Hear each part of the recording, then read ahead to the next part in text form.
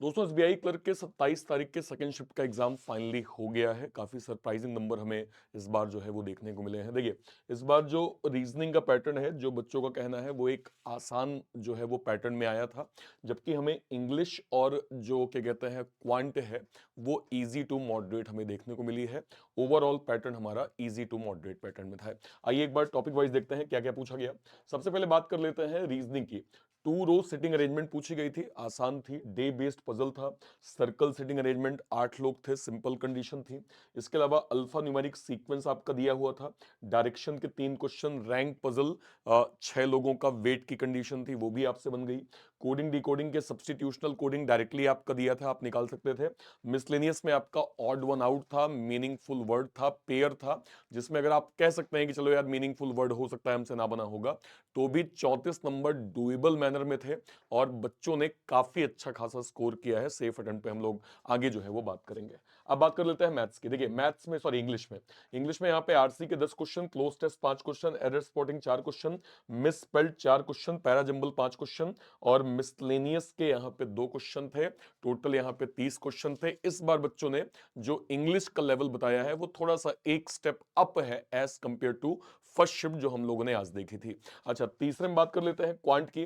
तो क्वांट में जो हमसे पूछा गया है वो बेसिकली टेबल डीआई के 5 क्वेश्चन, लाइन डीआई के 5 क्वेश्चन, सिंप्लीफिकेशन के 8 क्वेश्चन, अर्थमेटिक के 13 क्वेश्चन और मिसिंग नंबर सीरीज के 4 क्वेश्चन थे। और इसका भी लेवल थोड़ा सा अप था। अभी चूंकि बच्चों से हमने जो पोल करवाया उसमें आप देख सकते हैं कि यहाँ पे बच्चे ने लिखा कि सर जो इंग्लिश था वो हमारे लिए इजी टू मॉडरेट थी।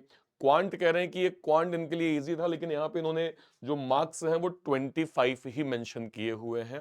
तो इन्होंने जितना इनसे बन सका है उसके अकॉर्डिंग इनके लिए इजी था।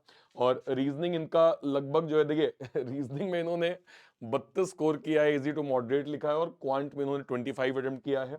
मॉडरेट पैटर्न था सर, 68 अटेम्प्ट हो पाए हैं। मुझे सर थोड़ा सा टफ लगा है। तो अकॉर्डिंग टू जो ओवरऑल पैटर्न हमने देखा है सेकंड जो है वो शिफ्ट के, उसके सेफ अटेम्प्ट्स आपके सामने कुछ इस प्रकार से हैं, जिसमें रीजनिंग 28 से 30 एक डुएबल मैनर में जो है वो क्वेश्चन आपसे बन जा रहा था। इसके अलावा मैथ्स के आपके 25-26 नंबर लगभग लगभग बन जा रहे थे। और इंग्लिश का लगभग 19 से 22 नंबर के करीब सेफ अटेम्प्ट सेकंड शिफ्ट में यहाँ पे गया है। मतलब अगर मैं ओवरऑल नंबर्स को देखूंगा तो वो 69 टू 75 एक कॉमन अटेम्प्ट्स आपके सेकंड शिफ्ट में बन रहे हैं। देखिए मैं यहाँ पे एक चीज बहुत अच्छे से क्लियर कर दूं, आप अभी इस चीज का लोड मत लीजिए कि आपके अटेम्प्ट्स कितने होंगे कितने नहीं होंगे। ये चीज 22 तारीख के एग्जाम से कंफर्म हो गई है कि नॉर्मलाइजेशन की प्रोसेस तो होनी होनी है। इसलिए आप एकदम लोड मत लीजिए कि आपका शिफ्ट टफ आएगा, आपका शिफ्ट इजी आएगा। बस आप अपनी एक्यूरेसी मेंटेन करके सही अटेम्प्ट करते जाएं, है ना। आप अगर सही एक्यूरेसी मेंटेन करेंगे, चीजें आपके फेवर में होंगी। आपने घबराना नहीं है कि आप जो है वो आपको लगा कि अरे यार ये तो मैं जो क्वेश्चन कर रहा हूं काफी लेवल अप है, ऐसे तो मैं सॉल्व नहीं कर पाऊंगा, मैंने मॉक में 90 किए हैं, यहां तो 75 भी क्रॉस नहीं हो रहे हैं। इसका लोड नहीं लेना है। हमें एक सही स्ट्रेटेजी के साथ अपने माइंड को फोकस करके उन सारे क्वेश्चंस को करना है जो हमसे बनते जा रहे हैं। अपनी एक्यूरेसी पे प्रॉपर फोकस करना है, क्योंकि देखिए सरप्राइजिंग आपको जो है वो कट ऑफ के नंबर देखने को मिलेंगे।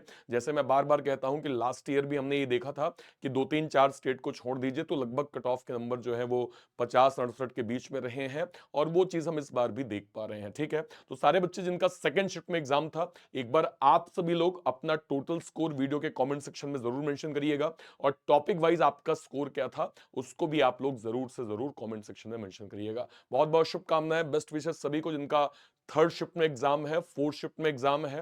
थर्ड और फोर्थ थोड़ा सा अभी तक का जो स्टैट्स है वो तो यही कह रहा है कि हो सकता है कि लेवल अप पैटर्न आ जाए। आए ना आए कोई फर्क नहीं पड़ता है। हमें बस अपनी मेन स्ट्रेटेजी पे काम करना है और हमें अपने बेस्ट एफर्ट जो है वो प्रॉपर देना है। ठीक है भाई, ओके। बहुत बहुत शुभकामनाएं आप सभी को। एक इंपॉर्टेंट चीज, 2025 के सभी बड़े एग्जाम्स को ध्यान रखते हुए हमने 2 स्पेशल बैचेस लॉन्च किए हैं। रीस्टार्ट का बैंकर्स फाउंडेशन बैच 2025 के सभी बड़े एग्जाम्स को कवर कर रहा है। और बिल्कुल फाउंडेशन से हम प्री और मेंस इस बैच में के थ्रू पढ़ रहे हैं, तो यहां आप अपनी स्टडी प्रॉपर कर सकते हैं। इसके अलावा हमने बैंकर्स फाउंडेशन का रुद्रा 2.0 बैच लॉन्च कर दिया है, और ये भी आपका एकदम फाउंडेशन का ही बैच है। ये दोनों बैचेस आपको मिल जाएंगे कहां पे? बैंक महापैक में। बैंक महापैक क्या होता है?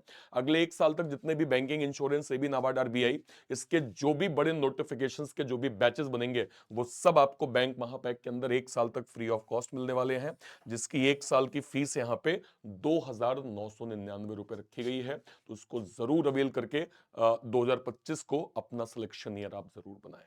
टिल देन जय हिंद, जय भारत। Thank you.